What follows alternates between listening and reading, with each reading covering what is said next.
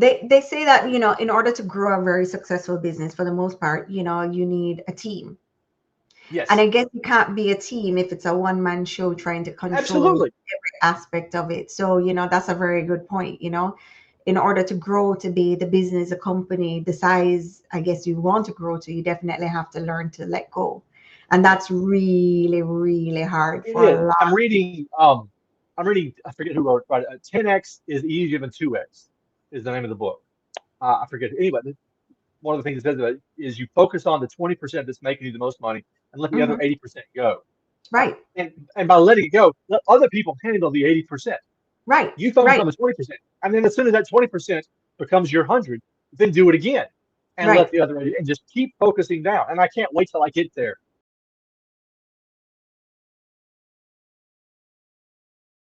Hello, everyone, and thank you for joining us on another episode of Entrepreneurial Truth. On today's podcast, we have Pepper, and Pepper is going to go into his experience, his entrepreneurship journey, and everything that he does. Pepper, thank you so much for being here today. Thank you for having me.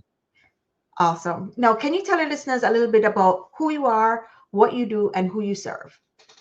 Yeah, so I am sort of a typical person, father of two, 50 years old, just turned 50 last year. My body reminds me daily that I am no longer as young as I used to be. It's amazing how it does that. But it started this journey about a year and a half ago to help fathers specifically fulfill that command from Proverbs. It says, "A good man leaves an inheritance to his children's children." And we think that trading offers the best opportunity for anyone to get started down that path towards financial freedom for their family. And so what we do is we come alongside with elements of training, mainly community. One of the downsides, us as men often don't ask for help when we need it, Hmm. and trading in particular can be kind of a lonely profession. It's generally just you and your computer. So Hmm. we're trying to create a community where people can feel like they can share and they can ask questions. And it's been an interesting journey learning. I've been a trader for a while, but learning this digital business, this digital world. I mean, this with my two sons, 23 and 21.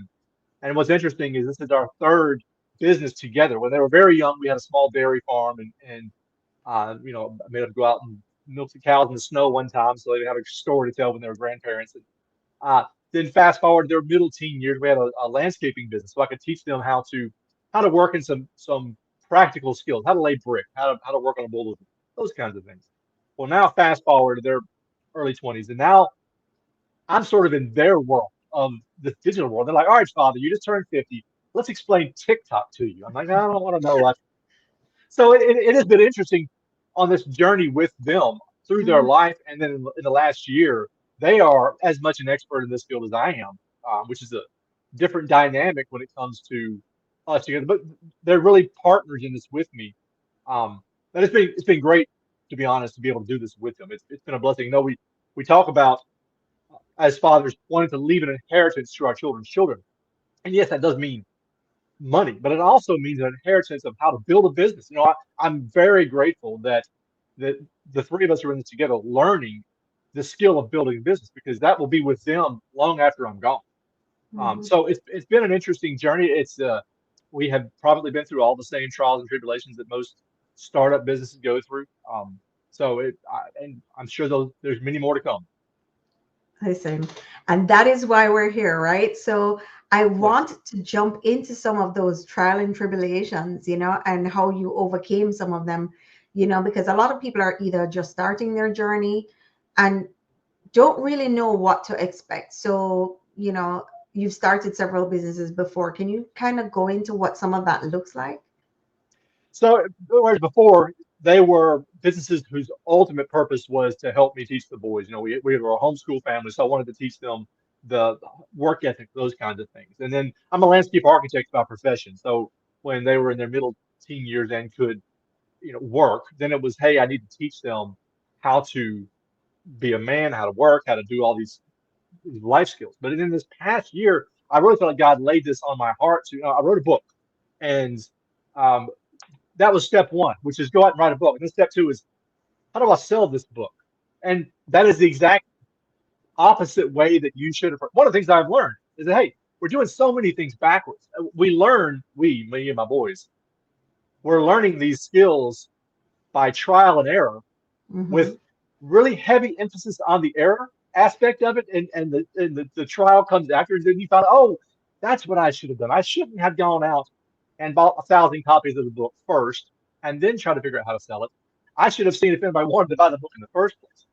And so things like how do you market? How do you so the two boys, they each had their own interest and they each had their own sort of area of the company they helped me in. My oldest is my YouTube guy. He is all about video content, and he and I are going through sort of YouTube Academy, how to create content that people will want to watch, because that's one of the marketing arms.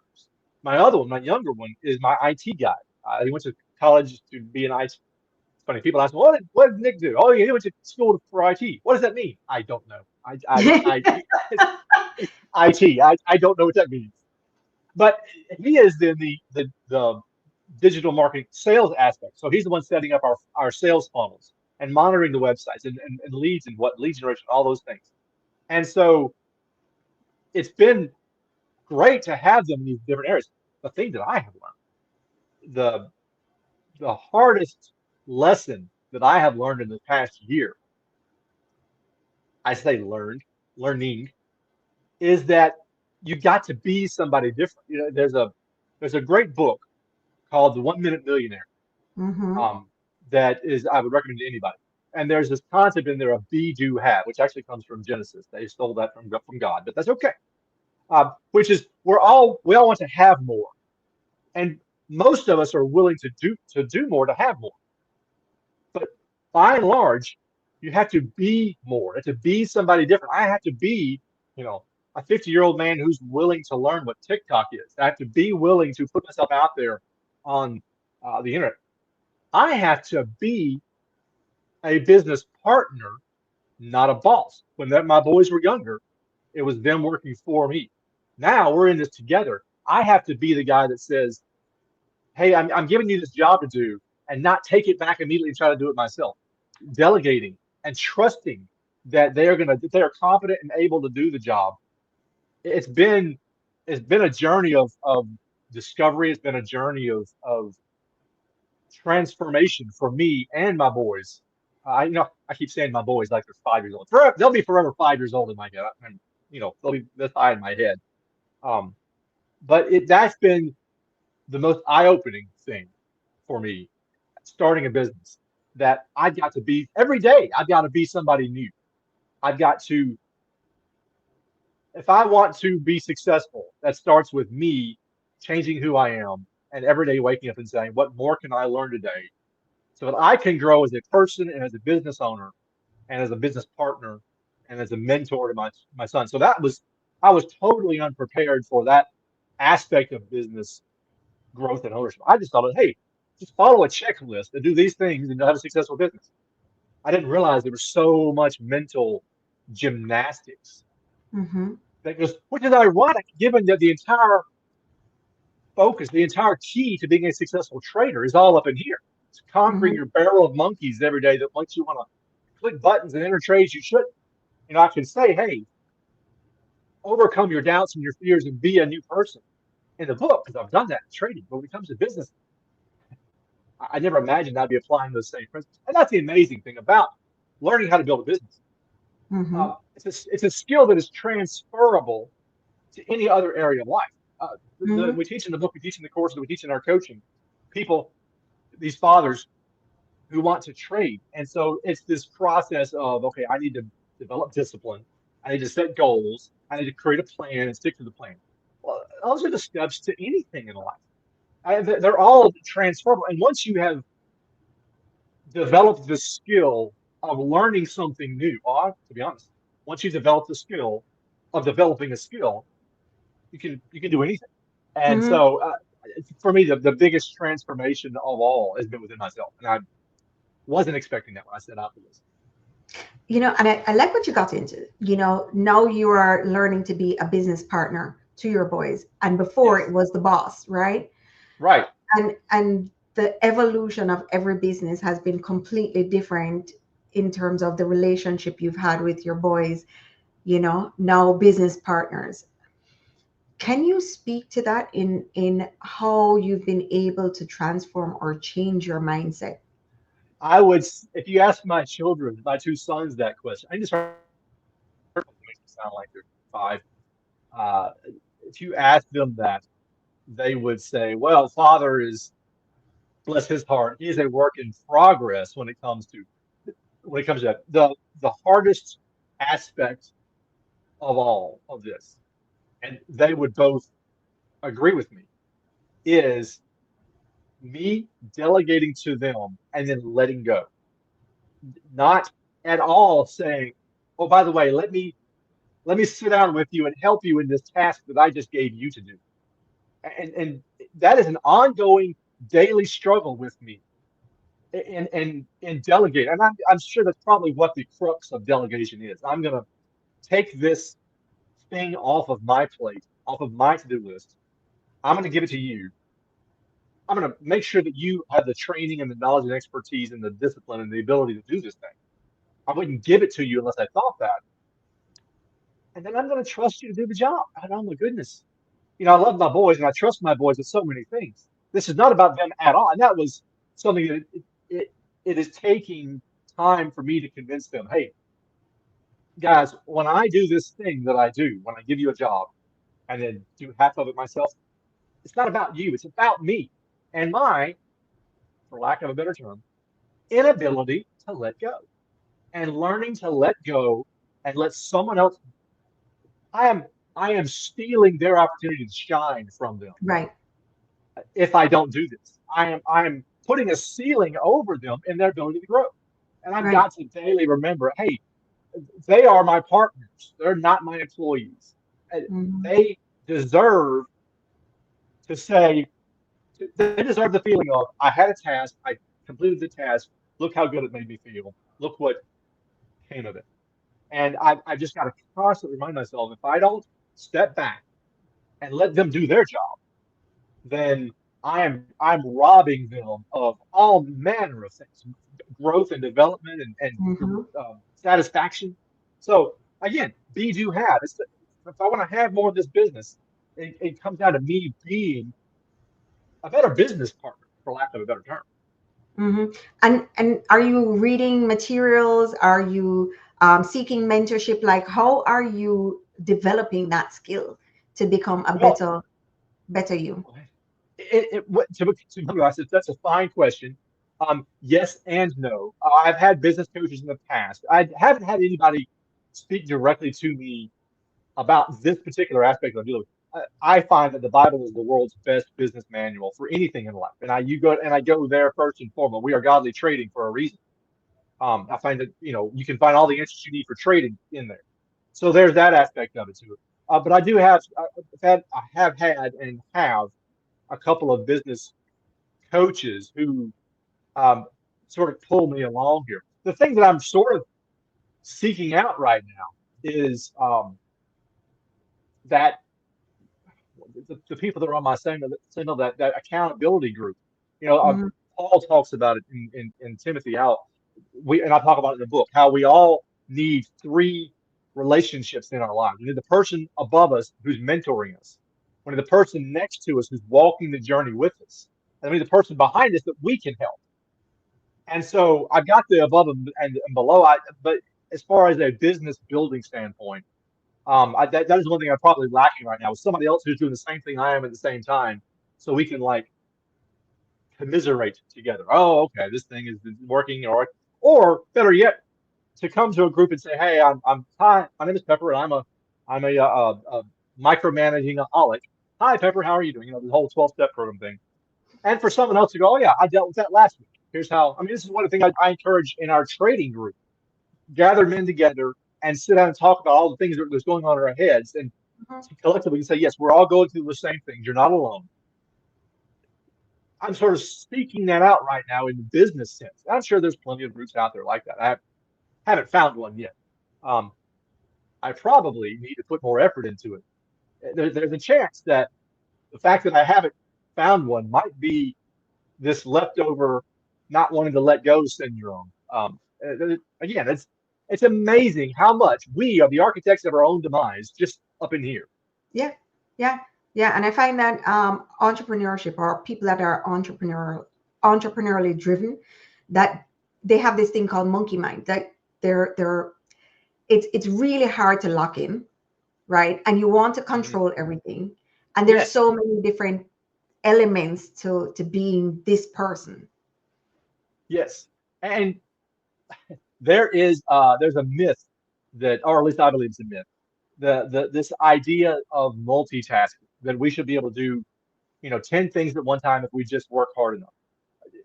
Maybe it's just me, but I can only be productive doing one thing at a time. And work. I can work on 10 things at a time, but if I break them up and work on an hour a day, it's going to take me twice as long to do it as if I sat down and did one thing at a time. So the extension of that is, hey, I've offloaded this thing off of my plate, to one of my business partners. My natural instinct is to see it through to completion. So let me just micromanage him as if he's a third arm and he's an extension of me. That's just the exact worst way to do it. Uh-huh.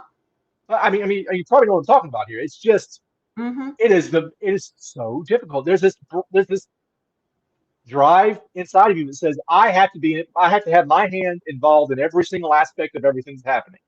And if I don't, it's control, right? Which probably goes back to pride and fear and all these. But Mm-hmm. if I let go, who knows what might happen? Well, something fantastic might happen if I do let go. But letting go is just so hard. Again, Mm-hmm. we have to be someone new, someone who's. This is probably what separates the greats from the mediocres. Is, Henry Ford, prime example, didn't know a thing, but he had a what was the famous quote. He's like, I don't know anything about that, but I have a button on my desk, and if I need the answer to that question, I press that button, and someone tells me the answer to that question. And that's where I need to get to. Not that I'm the Henry Ford and my children are buttons, but the point where I don't need I give people their tasks and expect the best out of them. And maybe that's where I need to get to. Instead of worrying that a job won't get done, I need to get to the point where my default position is to expect it to happen and Mm-hmm. expect great things to come. I can't wait till I get there. I Yeah. hope it's soon. I hope it's soon. But Listen, they say that, in order to grow a very successful business, for the most part, you need a team. And yes, I guess you can't be a team if it's a one-man show trying to control absolutely. every aspect of it. So, that's a very good point. In order to grow to be the business, a company, the size, I guess you want to grow to, you definitely have to learn to let go. And that's Yes, really, really hard it for a is. lot. I'm reading. I forget who wrote it. But 10x is easier than 2x is the name of the book. I forget. Anyway, one of the things it says about it is you focus on the 20% that's making you the most money and let the other Hmm. 80% go. Right, And by letting it go, let other people handle the 80%. right, You focus right, on the 20%. And then as soon as that 20% becomes your 100, then do it again and let right. the other 80 and just keep focusing down. And I can't wait till I get there. I hope it's Well, soon. we talk a lot about on this podcast about creating the right systems, Yes, you know, and creating the right systems in order to be able to let go of certain things, because yes. there are checks and balances, Frameworks. frameworks. I am still I am one of those. There's a chicken and egg problem. It's like, okay, I only got a certain amount of time because I'm building this business on the side of a full-time job, but I only got a certain amount of time. So I know it would be easier for me to have an email chain that I've just spend time, make it one time, and let it be automated. But that's going to take me more time than if I just sit down every day and write an email. So I'm still sitting down every day and manually writing an email when I could have taken the time to create 10 and let them. But it's like, okay, there's a short-term, long-term trade-off when it comes to time. And I Mm-hmm. think, at least initially, we're forever stuck in short term. What fire can I put out first, Mm-hmm. as opposed to building a system that puts the fires out automatically? And I think Mm-hmm. that's what separates successful and unsuccessful, or business owners who burn out and don't burn. I mean, I haven't gotten there Mm-hmm. yet. We're only a year in. So, but if I keep going like this, I recognize there's a possibility that I'm just gonna burn out one day and say, you know what, forget it. And let me ask you, what's the difference between this business and your landscaping business? Um, the landscaping business was a problem of focus. That one was I spent all of my time getting jobs and never had enough time to do the jobs, and wasn't willing to hire who I needed to hire to get the job done, and didn't have the money to hire who I needed to hire to get the job done because I was spending all my. So again, there was almost a chicken and egg scenario. I tried to do too much too fast when it came to building up a portfolio of clients and customers, and I did, but then I wasn't able to follow through. So I ended up having to sell off those jobs and just take the sort of commission because I got some other company to do it for me. It took the 5%, that kind of a thing. If I had been more willing to build a business more slowly, organically, get a job, do a job, finish a job, use the job to get the next job. But as opposed to, I suffered a little bit from um, successful uh, lead generation and sales. I got too much on the front end with no ability. I said yes too much. I probably should have said no a couple of times more. But you quit your job, you have a full-time business. My mom, I grew up in an entrepreneurial family. Um, my mom was forever. Every time as a kid, we'd have an idea. She's like, "Oh, you can have a business for that." Well, I just wanted to, cut the paper and deliver. Oh, you can have a business for that. She was every idea we had, there's a business behind it. My dad would always say, "There's a fine line between self-employed and unemployed." And sometimes it's daily where that line is. So when you get jobs, you're like, go get as many jobs you possibly can. Well, you can suffer from too much success. Mm-hmm. There was a fantastic back in the .com era. I remember there was specifically a Super Bowl ad, Super Bowl one year like 2000s, but there was like 50 commercials on the Super Bowl, all of internet businesses, and then the ad went like this: there's some 5-person companies sitting around their computer because they're going live at midnight, and they go live, and all of a sudden the sales go click, click, click. The guy all it was, it's like I'm like, oh no.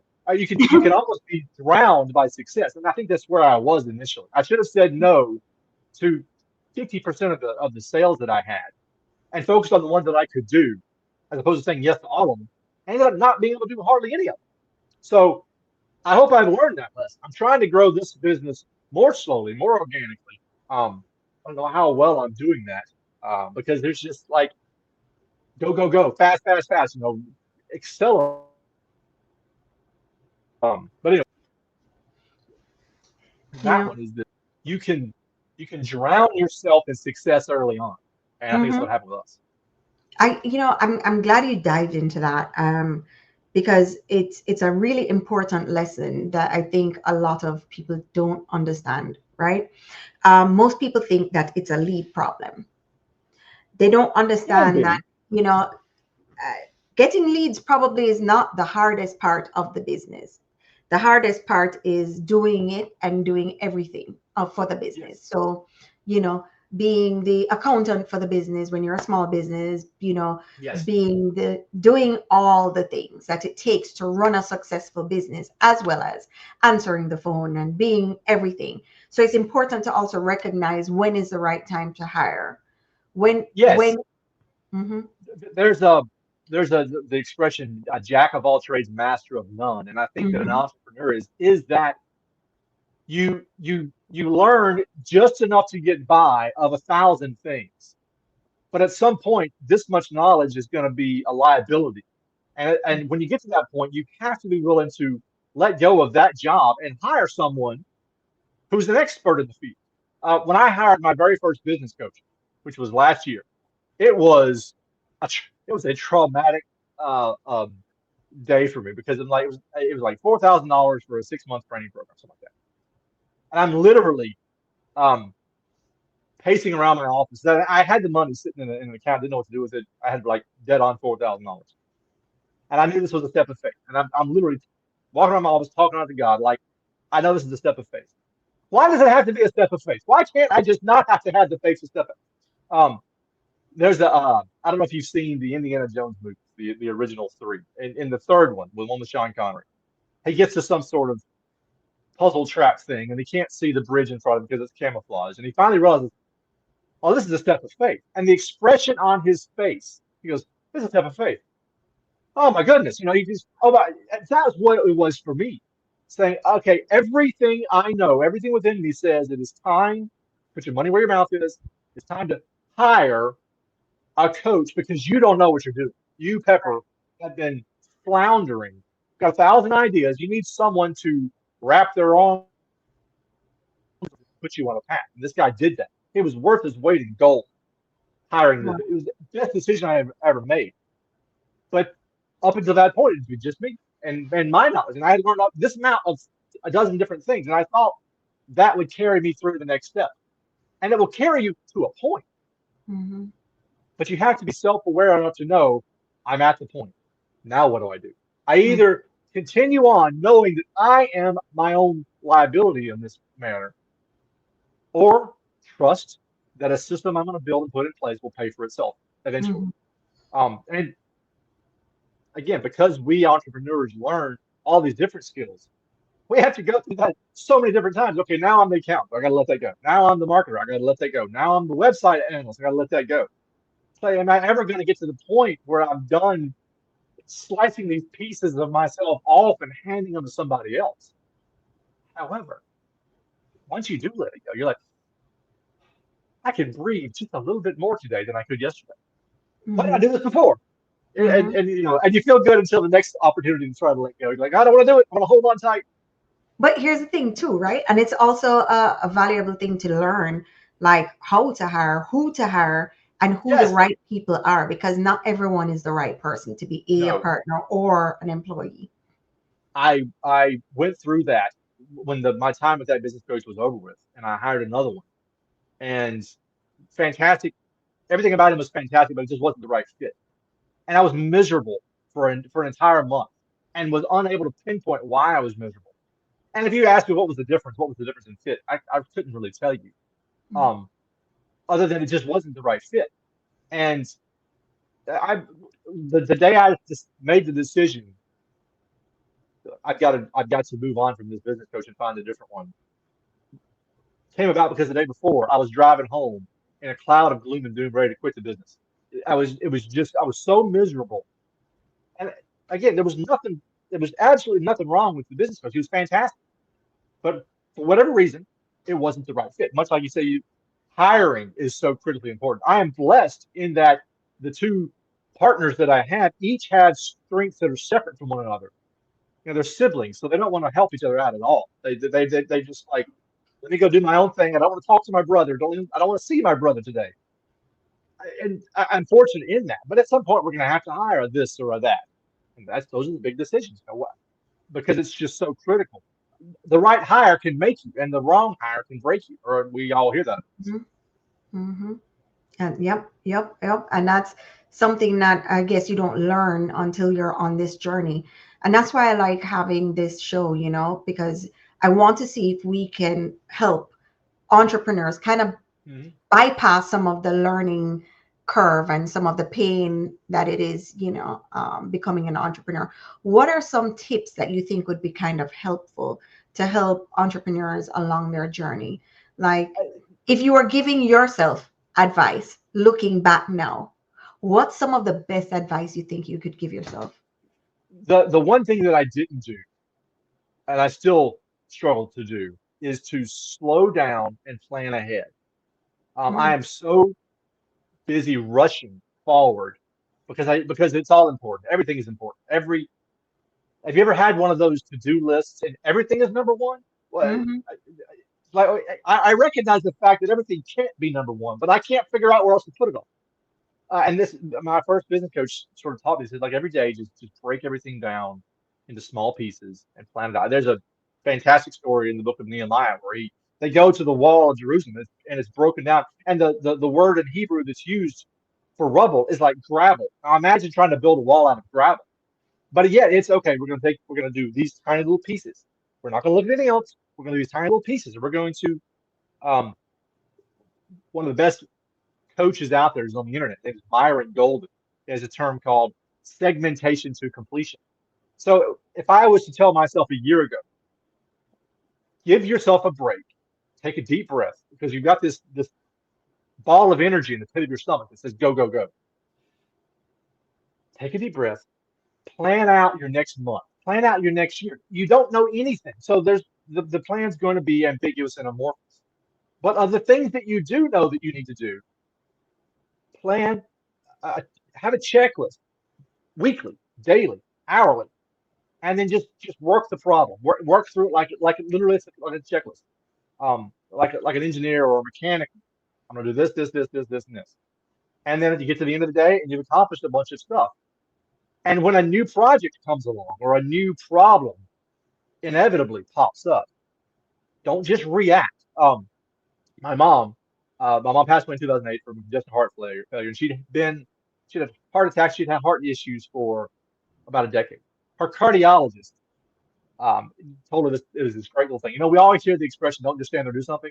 Well, our cardiologist says, hey, when you, heart patient, start to feel whatever, don't just do something, stand there. And I think that often as entrepreneurs, a problem pops up and we immediately go into problem solving. I would like to call it problem solving mode. Often it's problem solving panic. Let me start flailing away aimlessly and hope that at some point something's going to happen positive. Don't just do something. Stand there and make a plan. You're going to end up expending so much energy, and you might even end up costing yourself time and effort and money that you're going to have to undo the things that you've done. So I would say, hey, sit down, come up with a plan. Let the plan be flexible. Sure, let the plan breathe. But on a weekly and on a daily basis, find some measurable way to decide what to do next and how to judge your accomplishment. Have you ever had one of those days where you're active all day long, but you are 0% productivity? And it's Absolutely. like, I've spent all day long doing, and I couldn't tell you what I did. It's like there's a world of difference between activity and productivity, Hmm. and taking a moment to plan out projects and needs. And yes, okay, there's 5 things that say they're number one. Don't start any of them until you figure out which one actually is number one, and which one's number two, and which one's number five, because they're going to be it. And then come up with a plan and a checklist, and every day find some way to stay on target. Because the other thing that the entrepreneurial brain does is it never shuts off. It's just spinning all the time. I'm reading a book. All right, every day I say I'm gonna sit down for an hour or half an hour and just read something important. I can't go 2 paragraphs without closing the book, making a note, get on the internet, just constantly distracting myself from the things in my head that say, "Oh, I should do this." Um, so organization is uh, the key to getting things. Organization is the key to the distinction between activity and productivity. And of the, we've been at this now for 14 months, 13 months, something like that. We celebrated our first year last month. Um, of the 390 days or so, 300 of them were active, and 90 of them were productive. Uh, I'd like to think there's a better ratio there, but So so the yeah, the top tips is organization, right? organization, And and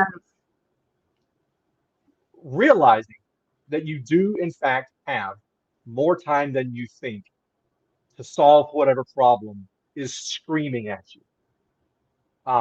It doesn't require you drop everything. There are very few problems, unless the IRS is knocking on your door. There are very few problems that require you to drop everything mm-hmm. and abandon, finish what you're doing. Take a problem and stick it to the end of the list.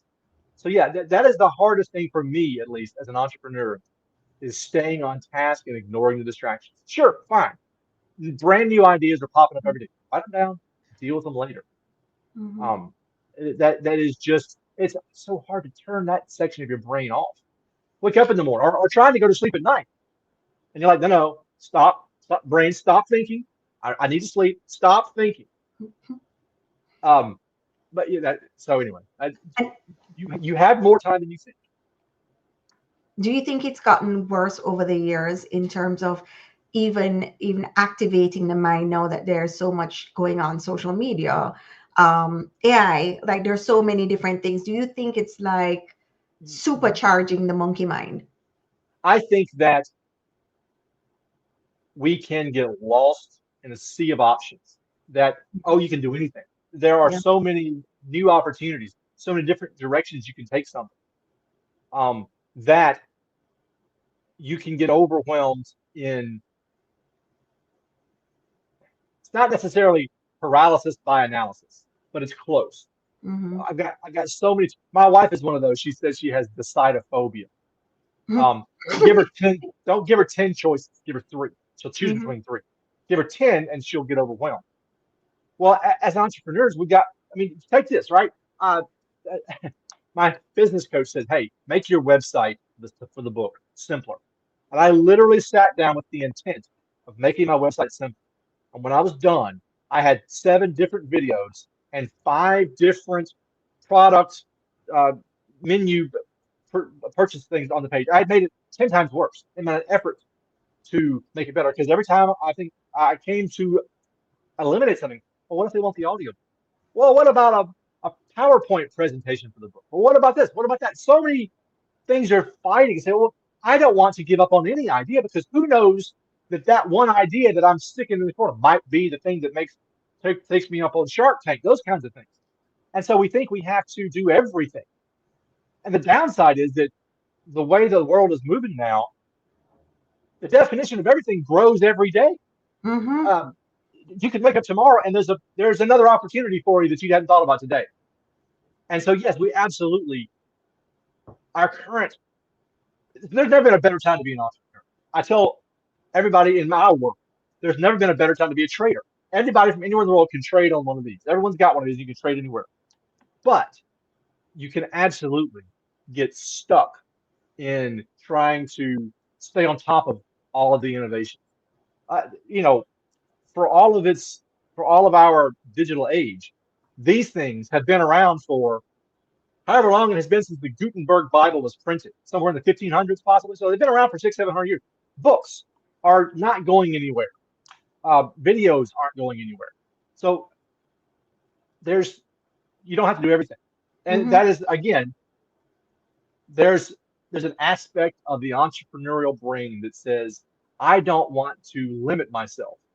I don't want to um, give up on an idea before I even start. What Mm-hmm. if that's the one? Mm-hmm. Um, and so I mean, it's great because that's the mindset that calls you to go out and try and do and become an entrepreneur in the first place. But anything could be taken to Right. an unhealthy extreme. I heard from a business coach the other day, take one idea, focus on that one thing for Yes, 1 year. yes, I have heard that. Nothing. There's a my wife and I quote this all the time. There still is. There's a cooking competition show called Top Chef. We've started been Mhm, watching it for years and years and years and years ago. The head chef of it, his name is Tom Colicchio. He's telling these contestants, these chefs who had made this meal and it was all over the map. He's like, guys, do one thing and do it well. And that has stuck with me since then. Now, do I do that? Absolutely do not do that. But you're right. Do one thing and keep at it until it is successful. mhm, And then add another one. mhm. And yet, here I am with a regular book and an audio book and an ebook and a video book and a course and just because what about that? What about what if someone doesn't like your look? There's a reason you do that because when you focus on one thing, you you cut yourself off from all of the other options. Um, Mhm, Jim Rohn had that, and I heard Myron Gold talk. The word decide, the two Latin words, de meaning of or from, and side meaning to cut off. So when you make a decision, you are cutting yourself off from all the other options, as opposed to making a choice where today I'll pick this and tomorrow I'll pick that. And so all too often as entrepreneurs, we are choosing this today and choosing that tomorrow. Whereas if we decided to say, I'm going to do nothing but sell one book, not a course, not a video, not an audio. I'm going to sell a book, and I'm not going to stop till I'm a millionaire at this book. And Yep. then I'll go and write another book. How much better off will we be in a year? Now, Hmm. I'm going to take the audiobook off my product page, but you get my point. Well, listen, since we're talking about trading your book, everything, right? And we're talking about focusing on one thing, can you tell us a little bit about what's in that book? So the book itself starts from the is trading, and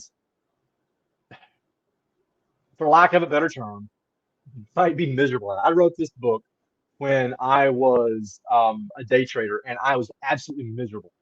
And I was driving to work one day, and I heard God talk to me from like the backseat of the car. He's like, "Aren't you tired of feeling this way? You know, you're doing this. You say you're doing this for your family, but you know, you're really doing it for yourself." I had made myself the center of my own trading world, and you can't be the center of your own world. That physics doesn't work like that.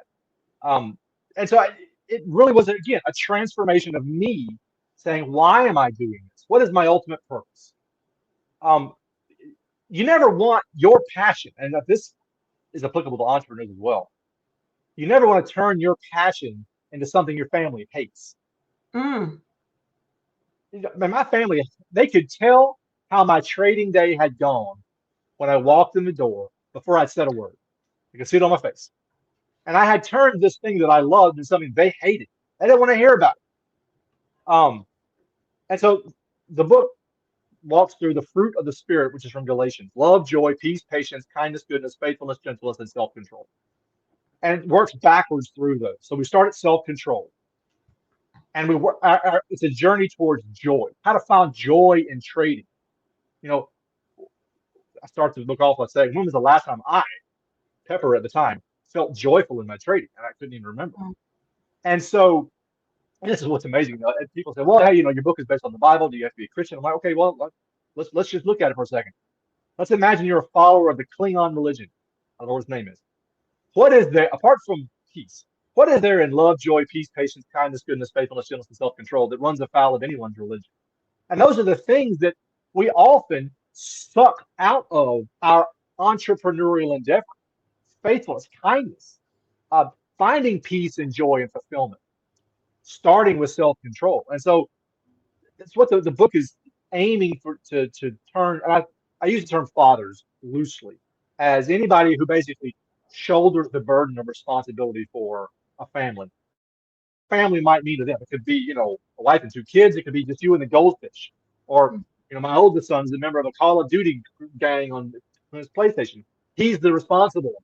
You know, when they go to jail, he's the one bailing them out. So family can mean different things to different people. But if you bear the responsibility, that's who we're talking about here. And with that weight of responsibility can come almost a, for lack of a better term, a suffocation of responsibility. Mm. And it can bleed into every area of your life if you're not careful. And so the point of the book is you're going to take this thing that you love to do. In our case, it's trading.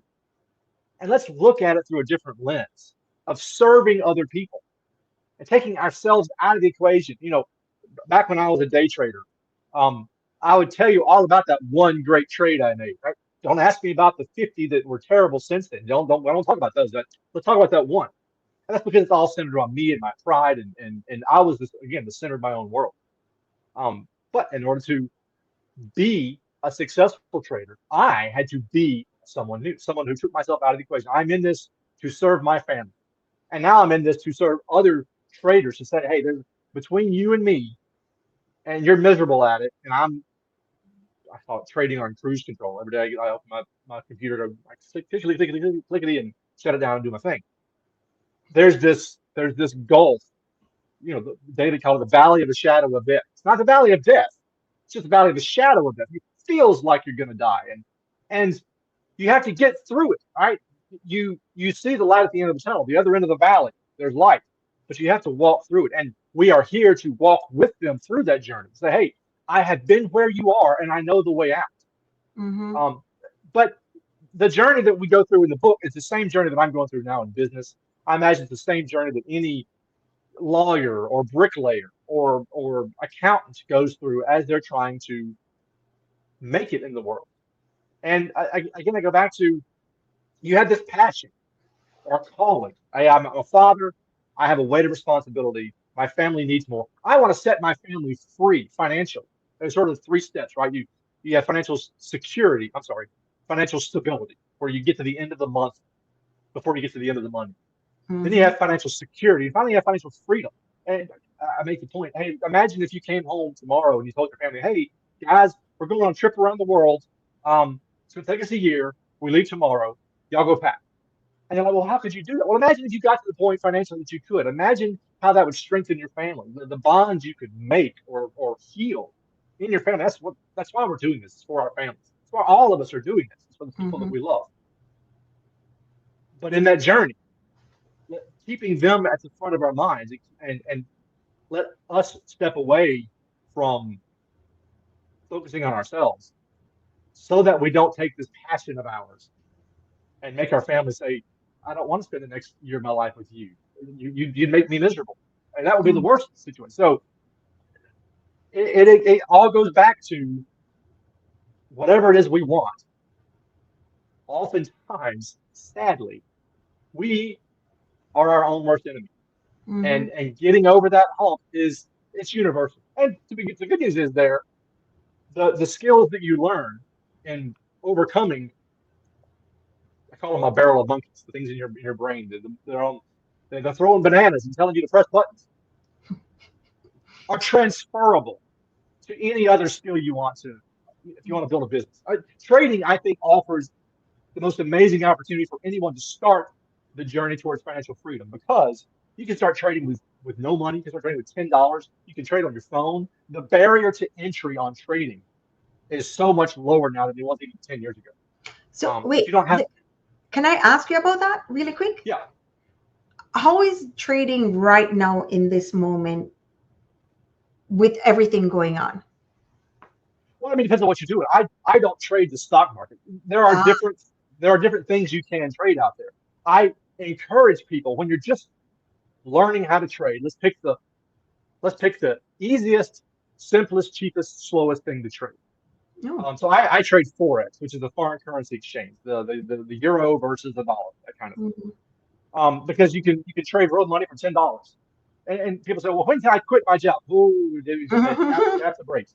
I said, look, I don't want anybody trading anything real for 6 months. It's a journey, because it's like juggling. And I used to juggle I was doing these live streams. I was juggling, and my juggling balls hit my keyboard, and they were my live stream. So I don't juggle anymore on camera. But I said, trading is a skill. That's it. It's not a secret. It's not a talent. It's not some algorithm. Trading is just a skill like juggling or cooking, and anyone can learn it. And what you learn in one area, call it forex, or say gold, or the stock market, or whatever it is, the skills you learn there are transferable everywhere else. Mm. So let's say you wanted to learn how to juggle, and you want to juggle flaming chainsaws eventually. Well, you start off juggling beanbags. And when Right. you're done juggling beanbags, you will know how to juggle flaming chainsaws. Now, sure, there's Mhm. a few little things you would need to adjust, but the skills of up and down are applicable. So I tell people, let's just start off with Forex.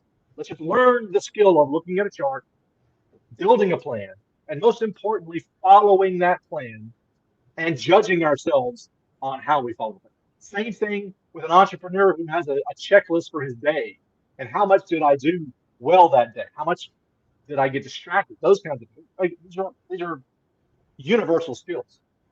But in today's day and age, I mean, let's say you wanted to trade stocks. There's Robinhood. You can put $10 into a Robinhood account and trade Mhm. stuff. Uh, Robinhood's Relative. as long as you know what Robinhood is doing with your trades, as long as you won't go into it, Robinhood, I got no problem with Robinhood. But I mean, 10 years ago, it was, $5 commission per trade. Now they're gone. 20 years ago, um, there was only a handful of things you could trade. Forex, as a thing that we can trade, started in 1997 or five, one of those two. So I mean, every year, every 5 years, it's the bar to entry. The options available to us are just expanding. So right now is absolutely the best time for anyone to start learning the skill of trading. And the skills you learn here will then be applicable to anything else you want to do in life. I tell people who say, hey, when can I quit my job and trade for a living? Well, let's maybe adjust our goals. Because Mm-hmm. the last thing you want to do as a trader who's got monkeys throwing bananas in your brain saying, click it, click it, click it, click it, is to think, I need to buy groceries tomorrow. I have to have a trade today. You never want to have a trade. You want to follow your plan, regardless of what happens. Mm-hmm. And so I tell people, look, how about let's make trading one of a couple of income streams. Let's call them five. You got your job, so you got one of them already. Let's start with trading, and once you've got trading up and running, now maybe try opening an online business. Good news: all of the skills you learned in becoming a successful trader transfer immediately over to opening an online business. How about real estate? There are so many new ways. I found one a month ago where you can start investing in real estate for $50, and you can invest in little tiny chunks. Whereas if you wanted to rental income, right? So whereas 2 3 years ago you had to have enough money to buy a duplex in order to start in real estate. So we Wait, mentioned before are you all these okay new with opportunities. like releasing that here? Are you okay with sharing that Sure, information? sure. It's called Lofty.ai, Lofty.ai, and I've been at this for some total of 3 weeks. But I have proven that they work. I've gotten money out of them. Um, so the opportunities, they're basically a marketplace, but I won't go into it. But the point is then, hey, let's build up five income streams. And all five of them are providing our income. So instead of me saying, I'm making 100% of my income right now at my job, let me quit my job and make 100% of my income from trading. How about my job is 20% of my overall income? So if I quit my job, I've got four others and they've only got to go up 5% each, as Mm-hmm. opposed to one of them going up 100%. Multiple streams of income. So trading is the beginning of the journey for some father or head of household to set his family free. And the reason it's first is because it's the easiest one to start with, apart from possibly social media. That one, the you could get started trading today and start making money tomorrow. Social media, same situation. Hey, start with the phone. So the Mm-hmm. barrier to entry as far as equipment is just as low. But let's develop these multiple streams of incomes because the idea at the end is I don't want someone to be the world's best trader. I want them to be the world's best father. I want them to have a family who loves him or her, them, um, and doesn't hate how they got there. So that Mm-hmm. when time comes and you can say, I am there, let's go on that trip around the world. They're all like, we've been packed for a year. What's Nice. that's where we're aiming at. And it all goes back to me handing off tasks to my children, again, children, my 20-year-old sons, with the confidence they will do the job because I have become someone new. And that's the story of the Bible, is we are going to become someone new. It's the story of this book. It's the story of life. It's the story of your podcast. How can we become that new person that it's going to take in order to be successful? I love him, Myron Golden, and I'll finish with this.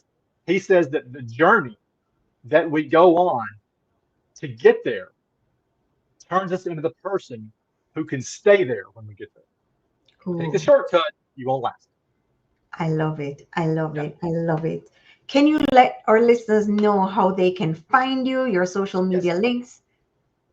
Everything is on godlytrading.com. That we have a newsletter we put out every week, and then it's a free newsletter, and it talks about mostly things like this. We talk about markets and stuff like that from time to time, and then everything else is inside of that, linked off of that one page. So it's godlytrading.com, and that's where we have a YouTube channel that I do 3 videos a week. Got one that's sort of topically based. On Wednesdays, I have one that's specifically called Bible Study for Traders, where I do a deep dive into how the Bible is applicable. And then I've got my podcast where I'm teaching my youngest son how to trade. And that is a joy. And talk about chasing squirrels. We stay on topic about 5% of the time, but it's fun. I love it. I love it. I love it. Oh. It has been a pleasure to have you on today, Pepper. Yeah, I've Thank you enjoyed it. so much. I think our listeners are gonna love hearing from you, love hearing your podcast, all the things that you're doing now. And can you do me a favor and just spell it out for our listeners that are actually listening and not watching Sure. it? It's just Because on YouTube, I'm gonna link it below. okay. So it's just GODLYTRADING.com. So godly, as in God, trading, as in like day trading.com. Perfect. Perfect. Again, thank you so much for joining us today, Yes, and thank you very it was a pleasure having you on.